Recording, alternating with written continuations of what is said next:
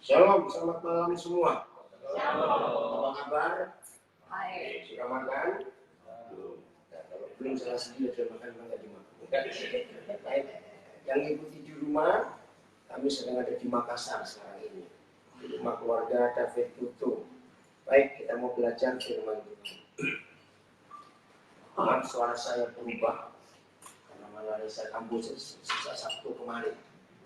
Saya tadi turun di Makassar, kok bisa punya nafsu makan. Baik, saya ngajak saudara berpikir seperti ini. Sering atau jarang kita ini menyalahkan Tuhan dalam hidup. Dan saya tanya kok, sering atau jarang kita ini menyalahkan Tuhan dalam hidup kita? Jangan nggak jawab. Lu aja. Sering atau jarang? Sering. Berarti kita kurang ajar nggak berani menyalahkan Tuhan? Nggak jawab. Berarti kita kurang ajar nggak berani menyalahkan Tuhan? Tapi itu yang kita buat bertahun-tahun. Mengapa kita berani dan sering menyalahkan Tuhan? Sebetulnya konsepnya sederhana. Begini konsepnya kita sering menyalahkan Tuhan. Kan kita diajar di dalam gereja berdoa, minta apa saja, Tuhan pasti akan kabulkan. Apalagi ketika banyak pengkhotbah membangkitkan iman kita dengan tambahan-tambahan. Sudahlah kalau saudara rajin berdoa pagi jam 4, saudara rajin memberi perpuluhan, saudara rajin melakukan ini, melakukan itu, pasti Tuhan jawab doa kita. Saudara, khotbah-khotbah seperti itu yang membuat banyak kita sering menyalahkan Tuhan. Kenapa? Akhirnya kita berkata, katanya Tuhan berjanji, kalau aku buat ini, Tuhan pasti jawab doaku. Kalau aku mau beli persembahan ini, Tuhan pasti tolong aku. Kalau Tuhan sudah buat ini, aku buat ini, maka Tuhan akan buat ini. Saudara, inilah yang merusak iman Kristen kita. Akhirnya coba, kalau semua yang kita minta harus Tuhan turuti dengan pertanyaan penting ini, akhirnya yang jadi Tuhan siapa? Lalu jawab, lebih kurang ajar kan? Sudah sering nyalakan Tuhan, kita mau kudeta Tuhan. Ya tentunya. Ya sudah. Kalau kita mau jadi Tuhan, ya kerjakan apa sendiri, gak usah minta dia dong. Halo? Bisa nggak? Bisa nggak kok kita kerjakan apa sendiri? Bisa. Jauh dengan bertanya kok bisa tidak? Ya sudah. Jadi masalah terbesar dalam kekristenan bukan Tuhan tidak jawab doa kita. Masalah terbesar dalam kekristenan kita, kenapa kita sering menyalahkan Tuhan? Masalah terbesar dalam hidup kita, seringkali kita mau ambil posisi Tuhan. Padahal kita nggak mampu. Dan ini yang kita harus pelajari. Kita buka ayat yang pertama. 1 Yohanes 5 ayat 14. 1 Yohanes 5 ayat 14. Nah, kita baca sama-sama. 1 Yohanes 5 ayat 14. Sudah dapat semua? Ini penting sekali. Supaya mulai hari ini tidak ada sikap-sikap hati kita yang suka menyalahkan Tuhan, memaksa Tuhan.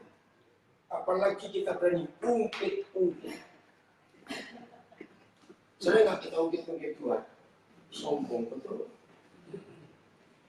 Oke, sudah 1 Yohanes 5 ayat 14. 1, 2, 3. Dan inilah keberanian percaya kita kepada Dia, kepada Bapa di surga, yaitu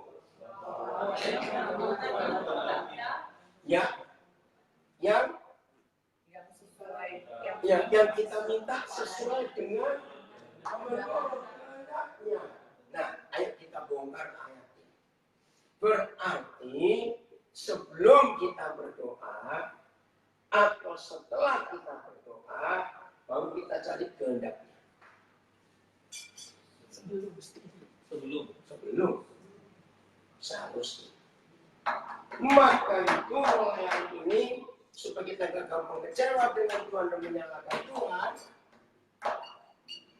jangan nyerocos dulu baru cari kehendaknya. Seharusnya cari kehendaknya dulu, baru kita berani minta yang sesuai dengan kehendak. Saudara, ayat ini luar biasa. Jadi tidak semua yang kita doakan Tuhan pasti jawab. Bahaya sekali dong. Begitu ketika lagu mujizat itu nyata ketika aku berdoa, saya langsung bahaya itu. Bahaya ini lagu. Orang bisa kecewa dengan Tuhan yang masih baru-baru. Lo katanya Tuhan jawab. Ada mujizat dalam berdoa. Harus sesuai dengan yang Tuhan kehendaki. Jadi mulai hari ini, ayo kita selalu nomor satu, cari kehendaknya. Oke. Sebutkan saya dengan sebuah contoh. Masalah. Sudah doakan masalah apa? Umum aja, nggak usah takut. Ini bukan tentang yang bertanya, yang memberikan sesuatu. Umum, ayo. Sebentar, doa apa? Masalah apa kita doakan kepada Tuhan? Salah satu aja. Ayo. Apa? Kesehatan. Luar biasa. Sebentar, satu-satu dulu. Kesehatan baru keluarga. Kalau kita ingin doa hidup saya supaya sehat, sebetulnya nggak perlu kita doakan. Sebab hidup sehat sudah Tuhan janjikan di Alkitab. Oh nggak ada. Betul? Iya atau tidak? Lalu gimana caranya untuk berdoa supaya untuk kesehatan? Bukan berdoa, wajah naik atas nggak dia. Ya, tidak apa-apa. Bukan mamanya. Siapa dia? Ajak naik atas. Ya, mamanya nggak usah di sini. Ada di atas ini. Ayo, naik ke atas. Naik ke atas ya kamu, Lucky Junior. Ayo, main di atas. Pintar. Mama mau dengar firman ya. Oke.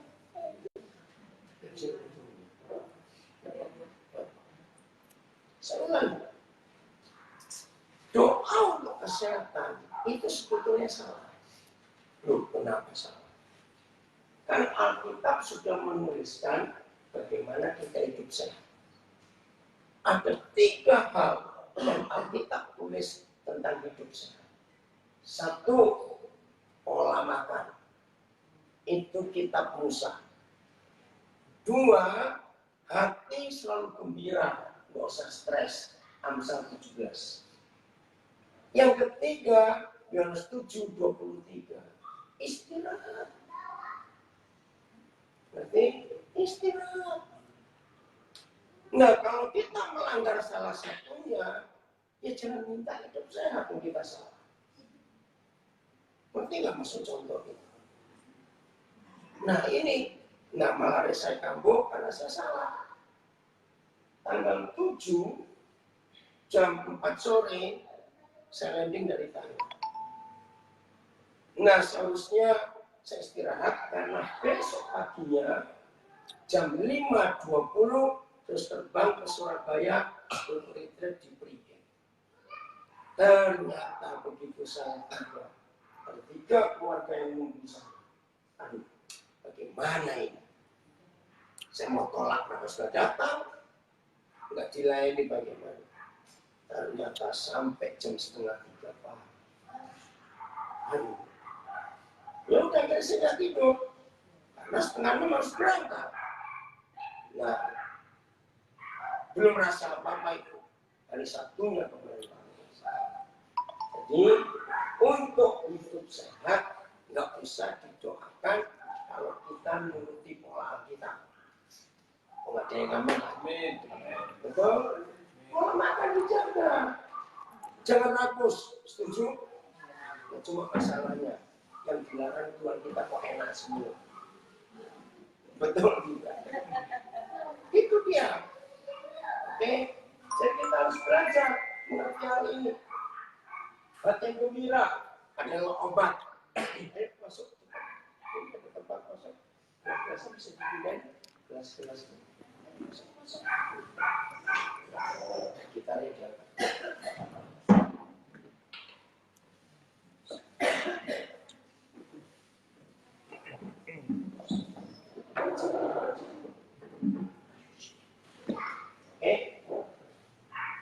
Siapa yang percaya orang gila itu jarang sakit? Setuju. Heran loh lihat mereka mandi jarang-jarang, gosok gigi jarang-jarang. Mana ada suplemen, mana ada vitamin. Kenapa mereka sehat terus? Karena kita dipakai oleh mereka. Hati yang gembira, ada obat yang manjur. Ya tapi maksud Papa bukan kita gila dulu baru sehat. Tapi nggak stres. Betul ya? Di depan sini.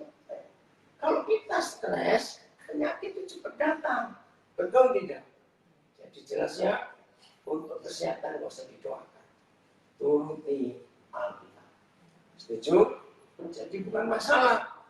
Nah, saya balik sekarang. Jangan coba makan semua yang Tuhan larang sampai kita doakan supaya sehat. Ngawur itu. Karena ada gereja yang ngajar begitu. Nggak apa-apa makan saja. Kita sudah doakan kok. Enak saja. Kenapa ada pendeta ngajar begitu? Nah itu salah. Jelas ya? Keluarga. Contoh soal apa keluarga? Kan keluarga itu macam-macam masalah. Ruangan. Tunggu dulu satu-satu. Hubungan. Oke. Nanti dulu. Hubungan. Betul. Jangan didoakan. Sangat salah kalau kita dengar gini. Inilah kebiasaan yang salah dari gereja. Saudara, ternyata keluarga saudara kita itu mengalami masalah. Kenapa itu? Bagus. Keluarga saudara A mengalami masalah. Doanya apa? Ayo doa kita apa cepetan? Kita belajar. Kalau kita dapat perintah, keluarga saudara A mengalami masalah. Apa? Doa kita. Tuhan, pulihkan. Tuhan, tolong persatukan. Itu salah. Loh, salahnya gimana? Kan dari dulu Tuhan mau mereka pulih. Betul? Bagus. Dari dulu Tuhan mau mereka pulih. Jadi masalah bukan didoakan, tapi dilayani. Tunjukkan ayat-ayat di Alkitab. Fungsi suami itu apa, fungsi istri itu apa. Amin. Nah, ajari mereka untuk hidup benar di hadapan Tuhan. Maka itu seringkali doa kita salah. Karena kita hanya doa menurut Tuhan. Contoh kecil. Alkitab bilang, sembuhkan orang sakit atau doakan orang sakit. Ayo jawab yang baik. Alkitab bilang sembuhkan orang sakit atau doakan orang sakit. Sembuh. Tapi yang gereja lakukan doa benar. Itu kan ngaco. Kenapa perintahnya kita balik-balik? Karena kita nggak mau melakukan perintah itu. Jadi kalau ada keluarga masalah dalam hubungan, kita datang, kita duduk, bacakan ayat-ayat Alkitab. Suami itu apa, istri itu apa. Maaf ya, jangan tersinggung. Maaf. Tidak ada buku lain di dunia selain Alkitab yang memberitahu kita bahwa begitu seorang pria menikah, dia berstatus suami, itu fungsinya kepala. Begitu seorang gadis menikah, berstatus istri, dia jadi tubuh. Oh, nggak ada jawab. Betul atau salah? Saya percepat. Antara kepala dengan tubuh, yang punya otak yang mana? Jadi tubuh nggak pernah punya otak. Kok nggak ada yang lain? Amin. Nah, rusaknya hubungan keluarga ketika istri punya otak. Itu betul tuh. tersinggung, yang ngomong bukan saya. Loh, betul tidak, saudara? Nah, di dalam hubungan rumah tangga justru ada tempat sini. Mana maju?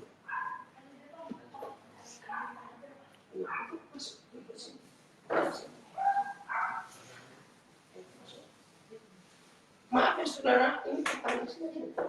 Pertanyaan tadi. Ayo Yusuf cepat. Mau urus saja dong, terus langsung Marius. Saya ulangi lagi. Pertanyaannya, doa masalah keluarga, soal apa? Soal hubungan. Nah, maaf ya, Agus, jangan dikira saya mentang-mentang ngomong laki-laki, kalau enak aja ngomong soal istri enggak ya. Dimakan ya saya semua. Enggak. Enggak boleh pikir. Udah jelas kok. Itu masalahnya. Aduh. Jangan tersinggung saya ngomong ini. Jadi Alkitab itu luar biasa. Saya sudah bicara fungsi kepala dan tubuh di banyak kelompok yang bukan Kristen. Mereka mengakui. Luar biasa. Maka itu suami istri nggak akan rajin bermasalah kalau kita masing-masing tahu fungsinya. Kepala bertanggung jawab karena saraf pusat di kepala. Maaf, penyakit apa namanya kalau ada anggota tubuh nggak mau tunduk pada saraf pusat kepala? Ada penyakitnya loh, namanya apa itu? Parkinson. Maaf, banyak keluarga Parkinson. Ngerti? Belum enggak. Ya, kenapa keluarga Parkinson? Supaya jangan saya ngomong terus, supaya saya disalahkan terus. Kenapa ada keluarga Parkinson? Kamu tunduk. Iya, karena tubuhnya nggak mau tunduk pada kepalanya. Jadi maunya sendiri terus goyang saja. Halo? Ada yang marah ya, ada yang marah. Iya. Lagi. Yang marah kepada Tuhan dari punya firman dia. Maka itu kalau saya katakan dari jangan tersinggung. Yang punya otak itu cuma kepala. Maka itu kalau istri maksa punya otak juga, maka keluarga itu keluarga otak-otak. Otaknya dua. Betul tidak? Oke, saya mau buktikan.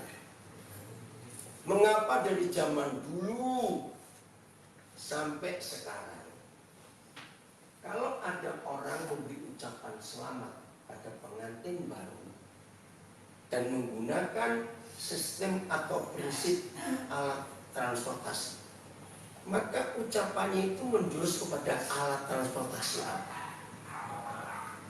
Bahkan kapal.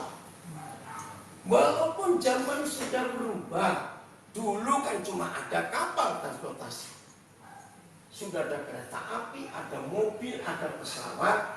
Tapi mengapa tetap kita nggak bisa, nggak boleh memberikan ucapan selamat kepada pengantin baru dengan naik pesawat, selamat naik pesawat, itu ada lucu.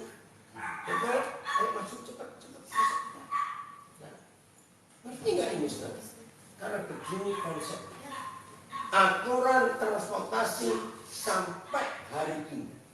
Dengar ya? Sampai hari ini.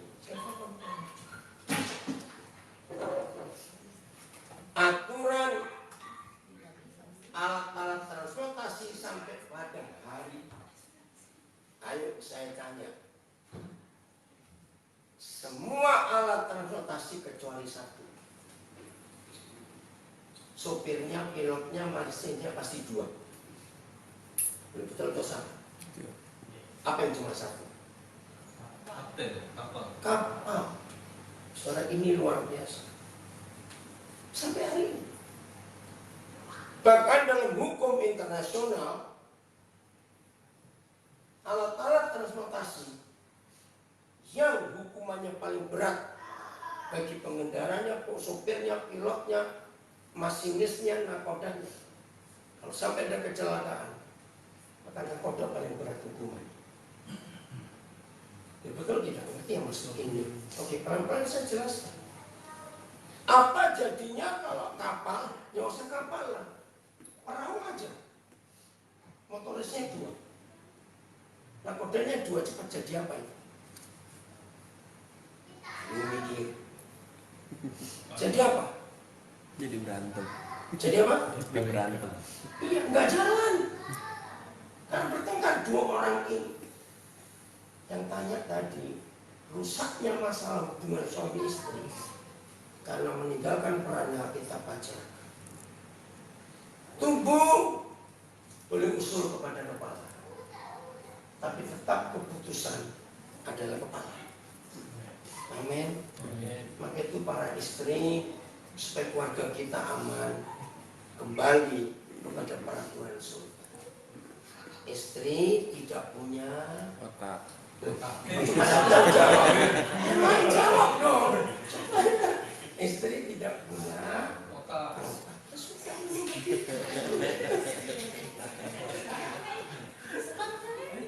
Masih ketahui. Kalau begitu aku terus tahu. Rupanya di sini dengar. Rupanya di sini banyak istri pembunuh.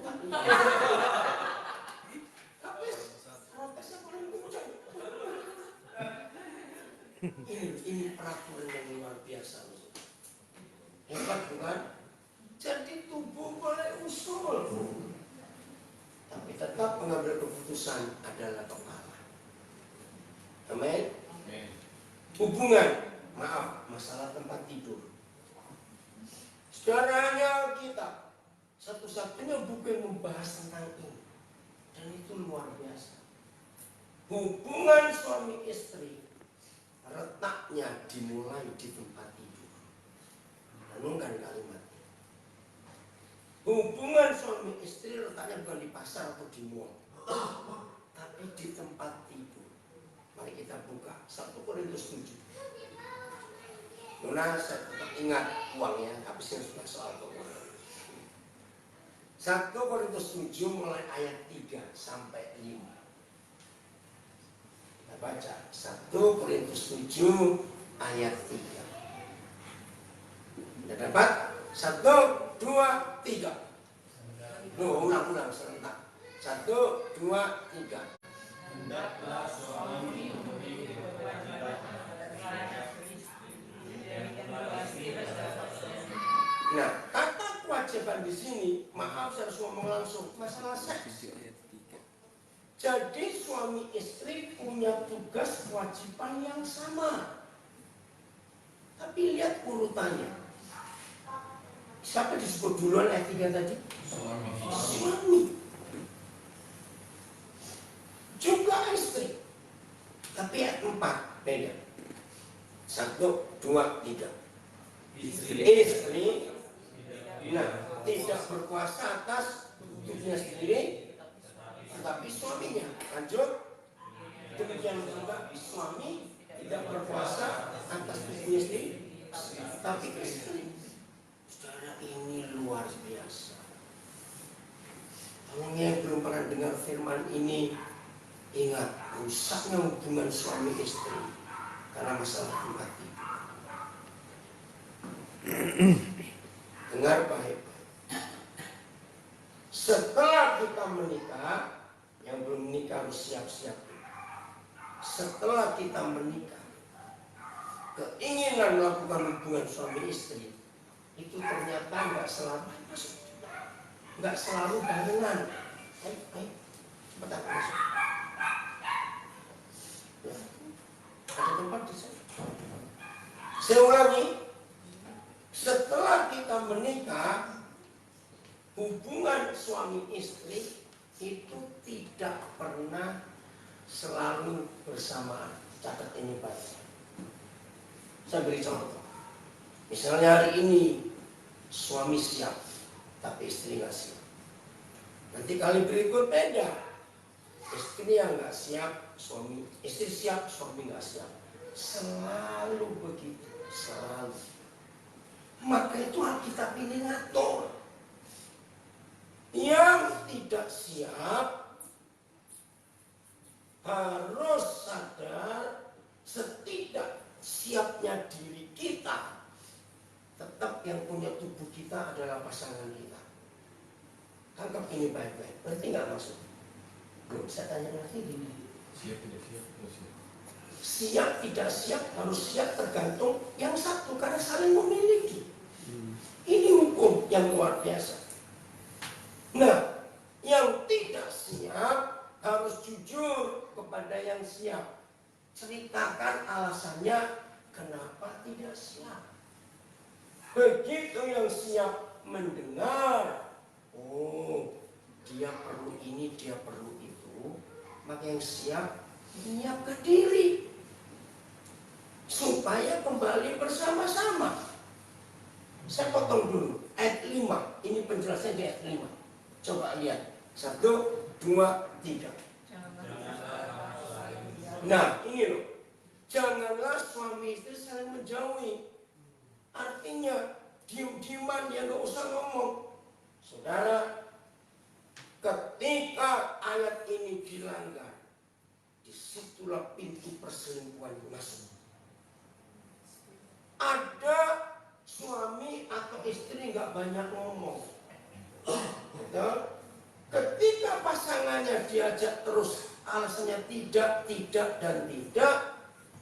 Setelah kesekian kali, yang nggak banyak ngomong, ya udah lihat aja, rusak rumah tangga. Maka itu ayat ini hebat. Ulangi lagi, ayat 5. 1, 2, 3.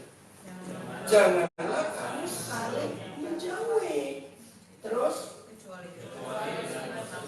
nah ini kecuali dengan persetujuan bersama untuk sementara waktu, diberi batas oleh Tuhan. Ada MOU di situ, ada persetujuan bersama. Ternyata kata ayat ini nggak cuma untuk tempat tidur, untuk apa saja. Contoh, ada nggak keluarga yang anaknya jadi pusing, jadi mabuk, jadi bingung karena papa bilang ya, mama bilang tidak. Nanti besok lain lagi, mama ya, papa tidak. Ada nggak keluarga seperti itu? Nah, karena nggak ada persetujuan bersama.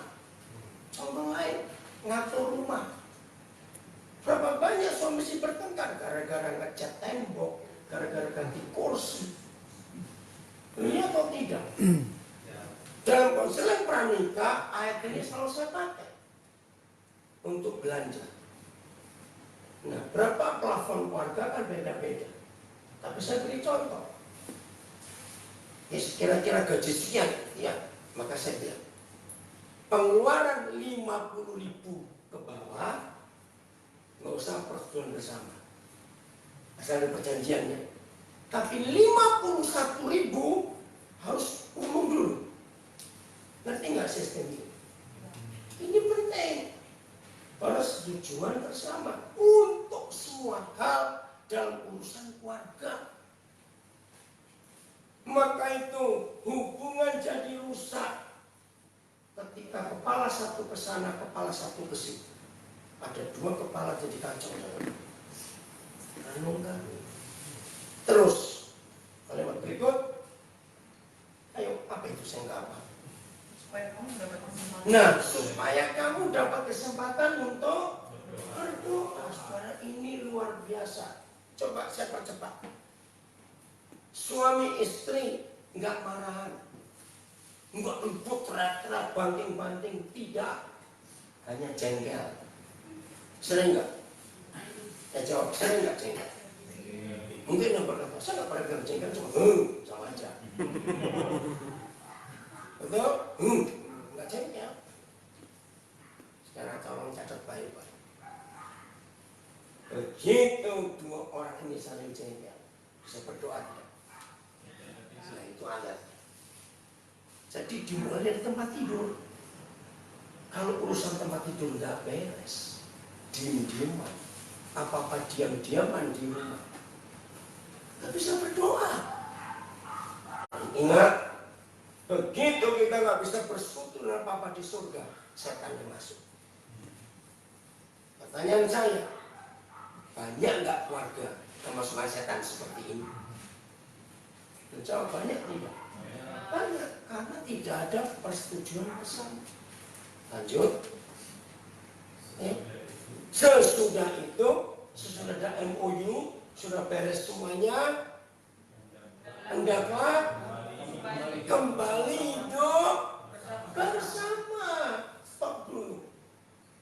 Supaya indah, menyenangkan. Nah, kalimat begitu ini yang paling harus kita tahu. Ada siapa? Supaya bajingan setan jelek itu loh maksudnya. Jangan menggodai kita. Karena kita gak tahan bertaraf. Ini masalah. Nah, saya kan bongkar kata gak tahan bertaraf untuk menjelaskan ayat 4. Nah, ini kodrat. Sampai hari ini saya belum pernah ketemu jawabannya. Kenapa Bapa di surga ciptakan perempuan dan wanita dengan naluri seks yang berbeda? Maaf, saya langsung tanya. Antara pria dan wanita, yang lebih tahan bertaraf itu wanita atau pria? Wanita. Serius, ini betul. Pria tidak. Maka itu setan itu masuknya di perbedaan ini. Apa yang mereka berikan solusi kepada dunia? Kawin sejenis. Itu kan kurang ajar betul. Tapi secara psikologi loh saudara, masuk akal yang sejenis itu. Pasti jangan ribut ya, belum sama terus. Tapi kan neraka betul. Ini kita harus tahu jawabannya. Di Alkitab ini luar biasa. Nah, karena yang bisa tahan bertaraf itu istri, suami itu tidak. Maka itu lihat di ayat 4 yang disebut duluan siapa? Ayat 4. Istri. Oke, saya lanjutkan. Dalam masalah pernikahan, biasanya suami atau istri suka menghukum pasangannya. Istri. Nah itu dia, istri lagi. Nah, ini fakta betul. Maka itu dengar para istri, dengar serius ini.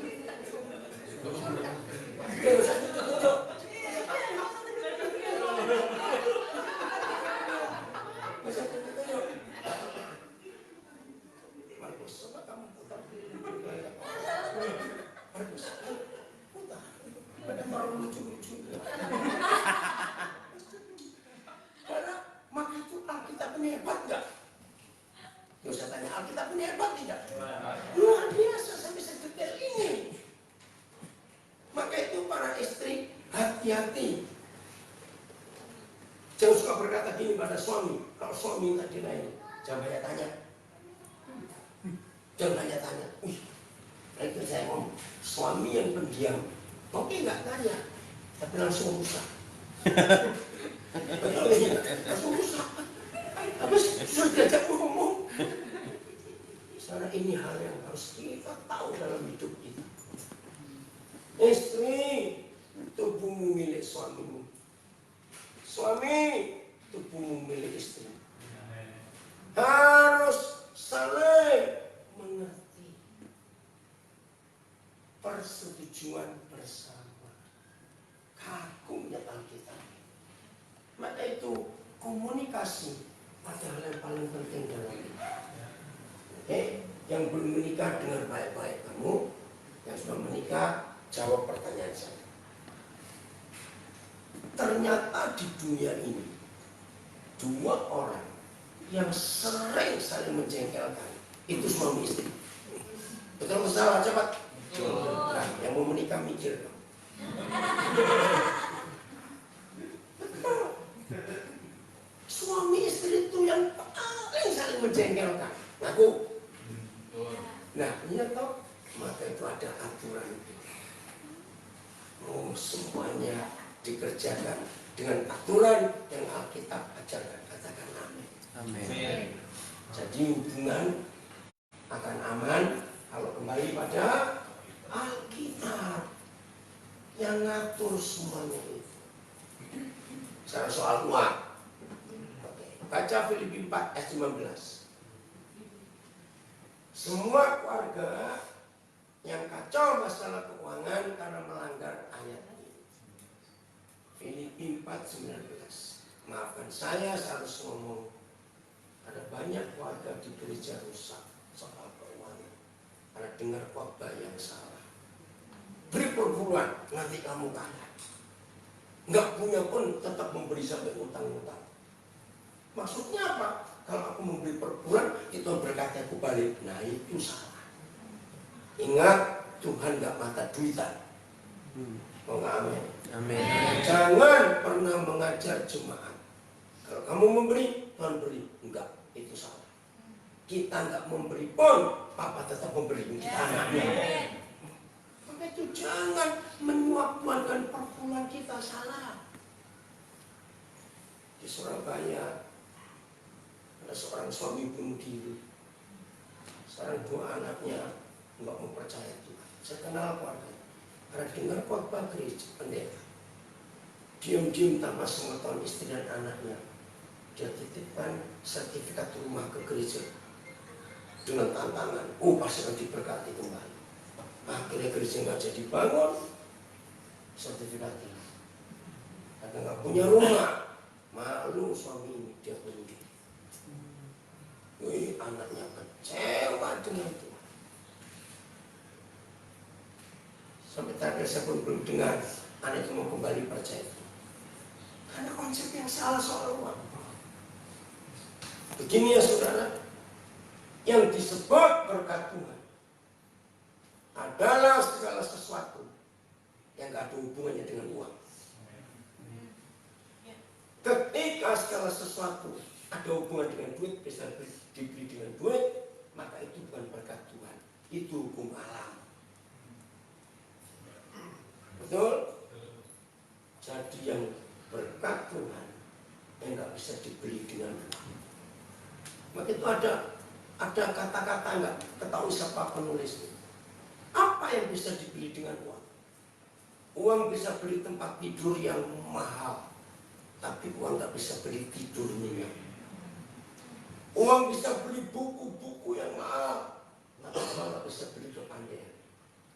Uang bisa beli vitamin, suplemen, obat-obatan yang mahal, tapi uang nggak bisa beli kesehatan. Uang bisa beli alat-alat entertain, hiburan yang luar biasa, tapi uang nggak bisa beli sukacita dan bahagia. Nah itu yang dari itu. Jadi mulai hari ini jangan ngomong berkat Tuhan yang nyambung dengan uang, tidak. Betul? Maka itu salah kalau kita berkata hidup dengan Tuhan pasti diberkati. Belum tentu. Kalau kita nggak benar, saya buktikan. Sepengetahuan saudara di dunia ini yang sukses kaya itu yang Kristen bukan Kristen. Ya sudah, ya itu jawabannya. Jadi bukan karena Tuhan. Orang bisa kaya karena 3 hal: tanpa Tuhan dan rajinnya berdosa tetap kaya. 1, tiba-tiba dapat warisan. Betul? Yang ketiga, rajinlah untuk hidup. Yang ketiga, pelitlah. Pastikan tanpa Tuhan. Kok nggak percaya? Betul? Maka itu jangan ngomong uang dengan Tuhan nggak ada guna. Nah, kita baca Filipi 4:19, 1, 2, 3. Ayat Tuhanku akan memenuhi segala keperluan kita menurut keadaan dan kemuliaan dalam Kristus Yesus. Nah, 100% rusaknya keuangan dalam rumah tangga karena keluarga itu memaksa memenuhi keinginan, bukan keperluannya. Itu pasti rusak. Anaknya orang kaya saja, kalau papa mama yang benar, nggak mungkin dituruti semua keinginannya. Tapi saya pernah ketemu keluarga yang pas-pasan. Anaknya minta apa aja diutang-utangkan untuk memenuhi keinginan anaknya. Akhirnya rusak anak itu. Itu hari ini kita periksa. Bagaimana pengelolaan keuangan kita. Harus sesuai keperluan. Bukan keinginan kita. Itu cara kita hidup menang atas keuangan kita. Yang namanya manusia itu nggak pernah bisa berkata cukup. Itu atau salah. Nah, maka itu kita harus bisa tahan diri untuk itu. Jelas? Satu lagi masalah apa kita berdoakan. Jadi keuangan pun nggak usah didoakan, kesehatan nggak usah didoakan, hubungan suami istri nggak usah didoakan, bereskan. Lewat anggota. Kalau kita doakan terus kita nyuruh Tuhan lagi. Padahal tanggung jawabku sudah berikan hukum, turuti hukum. Maka itu banyak doa yang salah di dalam gereja. Dikit-dikit nyuruh Tuhan, dikit-dikit nyuruh Tuhan. Kita punya otoritas. Satu lagi, apa yang kita harus doakan? Masalah. Apa? Masalah. Oh, pasangan. Pasangan. Oh, lebih lagi. Jodoh pasangan bisa didoakan, goblok. Loh, kenapa? Sudah ada firman-Nya. Kejadian 2:18. Ayo. Katanya sudah menikah, gimana ya? Oh, anak. Oh, iya, bagus. Ya udah, bagus. Kejadian 2:18. Ya, cari. Jadi semua itu ada di Alkitab, saudara. 1, 2, 3. Tuhan berfirman. Ya, stop dulu, stop ya. Perhatikan firman ini. Yahweh Tuhan berfirman, enggak baik kalau manusia itu seorang diri saja. Berarti inisiator pertama di dunia untuk orang menikah itu siapa? Tuhan. Ya sudah. Maka itu kalau ada orang nggak kawin yang bingung, yang bingung bukan mamanya, Tuhan pusing. Kenapa lu nggak kawin? Amin kan ini? Karena dia berinisiatif supaya semua orang itu menikah. Tapi yang saya kagum, dia nggak cuma dorong orang kawin untuk cepat kawin, tapi dia bertanggung jawab. Apa tanggung jawabnya? Coba baca kalimat berikut. 1, 2, 3. Ayo, baca ikut. 1, 2, 3. Aku akan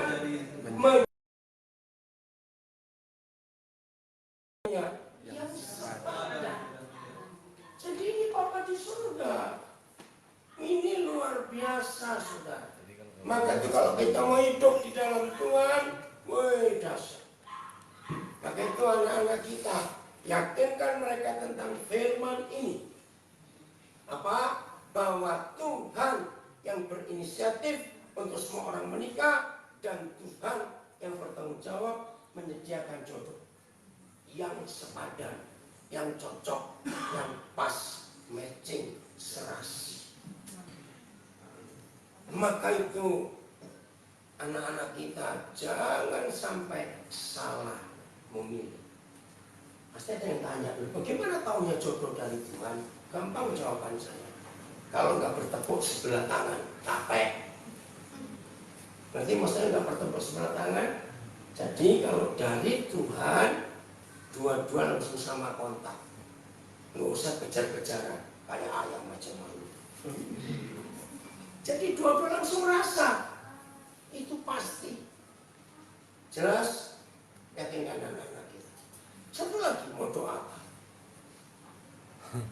Semua ada aturannya. Apa? Kenapa? Oh, dibalik. Ya. Jadi apa yang perlu didoakan? Kita pulang dulu. Cepat selesai. Ya nggak ada. Nggak ada didoakan, nggak ada. Serius. Oke. Saya beri contoh. baik-baik ya supaya nggak salah. Konsep ini dibenci oleh banyak gereja. Dengarkan. Siapa percaya kalau hidup kita benar di hadapan Bapa, kita nurut, kita nggak miring-miring, nggak usah berdoa, dia tahu yang kita perlukan. Amin. Betul? Ya sekarang saya balik. Pada itu yang kebanyakan doa, itu hidupnya nggak beres.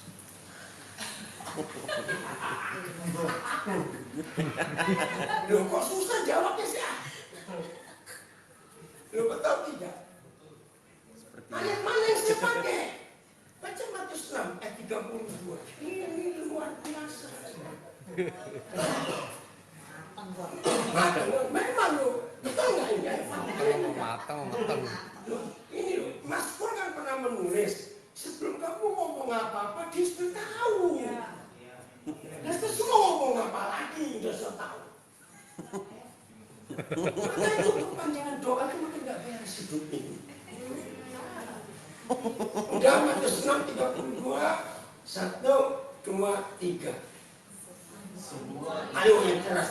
Semua itu dicari oleh bangsa-bangsa yang tidak mengenal Tuhan. Saya stop. Tahu nggak arti ayat ini? Betul pernyataan apa yang nggak perlu didoakan? Yang rajin minta ke surga itu orang bangsa yang tidak kenal Tuhan. Halo? Lu iya apa tidak? Kita kenal nggak? Kenal. Kalau kenal berarti nggak usah minta. Kalimat berikut, ulangi dari depan. 1, 2, 3. Semua itu dicari oleh bangsa-bangsa kafir. Akan tetapi Bapakmu yang di surga tahu. Stop dulu. Stop, kata tahu dulu. Ini luar biasa. Saudara, ayat ini yang saya pakai sampai hari ini. Awal kami menikah, istri saya heran. Kok kuliah saya jarang berdoa. Dia bilang, kok kamu beda sama pendeta-pendeta yang lain? Maksudnya bedanya gimana? Saya kenal banyak pendeta, dikit-dikit doa. Kok enggak? Saya bacakan ayat. Kalau hidup kita beres, hidup kita benar. Papa yang tahu kita perlu apa. Amin. Kita nggak perlu memberitahu dia kita perlu apa. Berarti sebelum beres kita harus berdoa. Coba lihat. Berdoa biar beres. Yang punya anak perhatikan. Anak kita baru panas sedikit, mungkin baru 36,5 atau 37. Anak itu ngapain? Biasa. Bukan nggak biasa, main terus. Yang panik siapa? Emaknya. Ya udah, itu ayat. Anak kita bajunya robek dikit. Nah itu anak-anak itu luar biasa. Makin jelek baju makin enak dipakai. Loh betul tidak? Dulu kan kita juga begitu, cuma lupa. Maka itu saya ngajarkan. Anak-anak itu makhluk yang paling tulus. Kita yang kurang ajar. Saya ini marah kepada orang tua yang anaknya masih umur 7 tahun, 10 tahun ke bawah. Suka dikasih pakaian pesta. Itu saya marah. Kenapa marah? Menderita itu anak. Kita aja yang bangga waktu kita gandeng anak itu. Minta Cinderella, mukanya sama. Anak itu berikis gagal semuanya. Betul? Maka itu anak-anak kalau diberi pakaian pesta umurnya paling 2 jam cocok semua. Loh iya atau tidak? Karena nggak betah, tapi bukan nggak betah, saya belajar. Anak-anak itu nggak pernah munafik. Betul? Kita yang sudah dewasa suka munafik. Saya beri contoh. Kalau ada orang tidur pakai pakaian pesta, cuma ada 2. Satu dia mabuk atau dia manja. Udah itu saja. Loh betul tidak? Maka itu jangan. Ya kenapa? Nggak bisa. Oh nggak bisa, di situ nggak ada. Enggak, masuk punya papa nggak ada. Di mana lagi ada? Saya nggak ada. Juga. Betul tidak, saudara? Pakaian pesta itu pakaian kemunafikan. Betul? Maka itu kita harus tahu konsep ini. Jelas ya? Wah, kita mau belajar Alkitab ini luar biasa. Anak-anak kita, kalau minta sesuatu kepada kita, ngomongnya panjang-panjang, muter-muter, suka nggak kita? Suka nggak? Enggak. Lagi itu apa di surga? Akan tetapi Bapamu yang di surga tahu bahwa kita membutuhkan semuanya itu. Jelas. Terus begitu doa ini apa? Oke. Yohanes 2 ayat 24. Yohanes 2, 24, 25. Oh, ini merevolusi doa gereja, saudara. Kalau kita mau jujur pada kita, selama ini kita salah berdoa. Yohanes 2, 24 dulu. 1, 2, 3.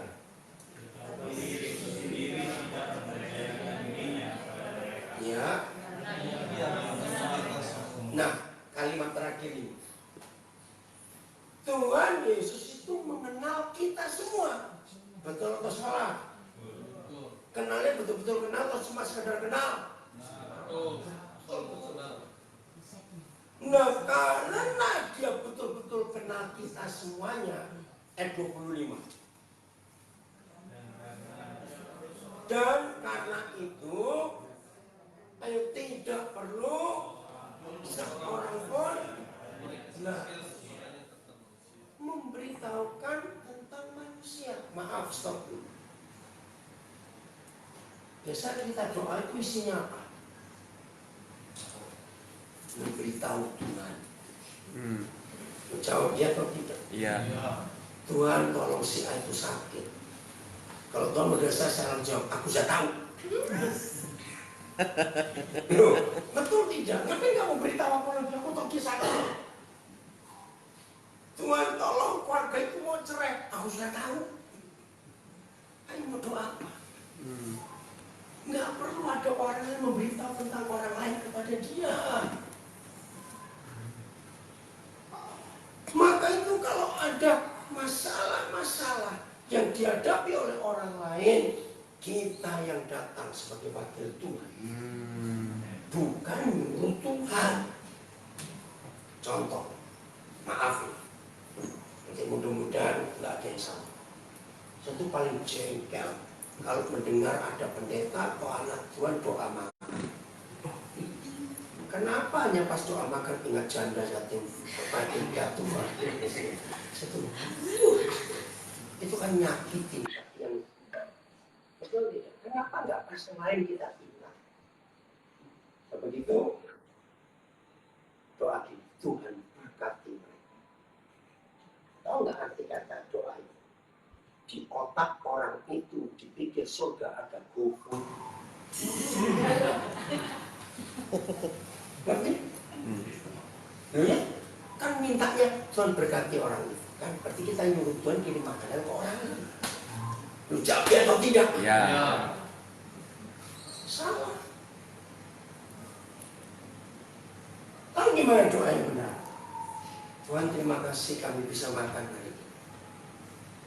Pertemukan kami dengan orang lapar, kami akan berkati mereka. Itu doa yang berkenan kepada Tuhan. Jangan nyuruh Tuhan. Satu kali saya ke gereja, datangnya agak pagi. Saya masuk, saya kaget. Saya pikir orang-orang itu ngelapin bangku. Tapi lihat kok nggak bapak-bapak. Saya dekati, kaget. Ternyata disuruh pendeta doa. Dengan tuh mengatakan Tuhan penuh bangku-bangku ini. Loh, ada nggak gereja seperti itu? Banyak. Ini kurang ajar betul. Ayo di mana kurang ajar? Saya langsung marahin pendetanya. Tidak semua penuh. Bahasa Jerman nggak ngerti apa-apa. ribuan tahun yang lalu Tuhan Yesus yang berkata, pergilah kamu cari jiwa. Yang nyuruh kita mau datang kembali, kita nyuruh yang nyuruh. Jadi apa gereja? Bangun kosong mulai didoakan, minta bantuan gimana lagi? Kita nggak harus cari, betul? Ini loh banyak doa yang salah. Pertanyaannya lagi, lo apa yang kita doakan sekarang? Doa kita bukan minta lapor nyuruh, tapi doa kita itu bergaul. Amin. Amin. Doa itu sarana bukan untuk minta. Doa itu sarana untuk kenal Bapa, untuk bergaul, untuk cerita dengan Dia tentang apa saja dalam hidup ini. Begitu kita ubah konsep ini. Jadi yakinkan diri kita, kalau kita benar, taat, takut Tuhan, gak usah minta apa-apa, Dia pasti tahu kita perlu. Sehingga waktu kita banyak kita pakai untuk melayani orang lain. Jelas? Lanjut ketemu pulang. Lanjut dimarahin lagi. Tapi salah lagi. Oke, satu lagi. Mau ngomong apa sekarang? Ayo. Ada? Ayo. Gak ada. Saya belum selesai ayat 25 Yohanes 2. Lihat kalimat terakhir. Nggak perlu kita beritahu tentang orang lain karena ia tahu apa yang ada dalam hati manusia. Nah, apa yang ada dalam hati manusia? Ia tahu.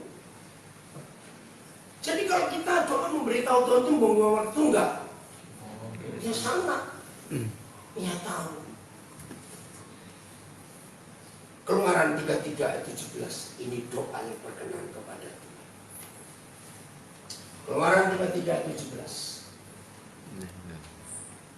Saya sebentar lagi selesai. Nah. Ayo cepat baca 1, 2, 3. Berfirmanlah Yahweh kepada Musa, juga hal yang telah kau katakan ini akan kulakukan. Stop dulu. Kalau suruh cuma baca begitu nggak akan tahu rasa. Baca baik-baik dengan pertanyaan saya. Berarti dalam konsep itu antara Tuhan dengan Musa, Musa dengan Tuhan, siapa yang menuruti siapa? Tuhan nurutin Musa. Ayo, siapa nuruti siapa cepat? Tuhan nurutin Musa. Aneh nggak? Masa Tuhan nurutin Musa? Tapi betul. Juga hal yang telah kau katakan itu Musa akan kau lakukan. Bukan Musa berdoa. Juga hal yang kau doakan. Tidak. Yang kau katakan. Amin. Ini luar biasa saudara. Mau nggak kita berubah? Kenapa? Baca kalimat berikut. Karena, ada kata karena nggak? Nah, 1, engkau mendapat kasih karunia yang dapat. Ya, yang paling penting kalimat terakhir. Dan aku mengenal engkau Musa. Saudara, sampai kapan? Kira-kira kapan Papa di surga bicara kepada kita? Ini Wanyu, siapa lagi David? Aku kenal kamu. Beda loh dengan kita yang ngomong, oh aku kenal Tuhan, aku kenal Tuhan. Maka itu mulai hari ini kondisikan hati kita sedemikian rupa sampai Tuhan datang, Dia berkata, aku kenal kamu. Kalau sampai Tuhan sudah berkata, aku kenal kamu, nggak usah ngomong panjang-panjang. Katakan sesuatu aja, Dia akan lakukan untuk kita. Berubah-ubah. Nah masalahnya, bagaimana kita bisa dikenal Tuhan? Harus akrab dong. Bisa dipercaya untuk apa saja. Amin. Jadilah pelaku firman. Tuhan memberkati kita semuanya. Kalau contohnya, tepuk tangan. Ya, amin. Oke. Karena saya minta, ada pendeta besar dari Karawang, Bayu doa untuk ini. Pak Pendeta Bayu Firman, mau ikut kami sama-sama ke Papua.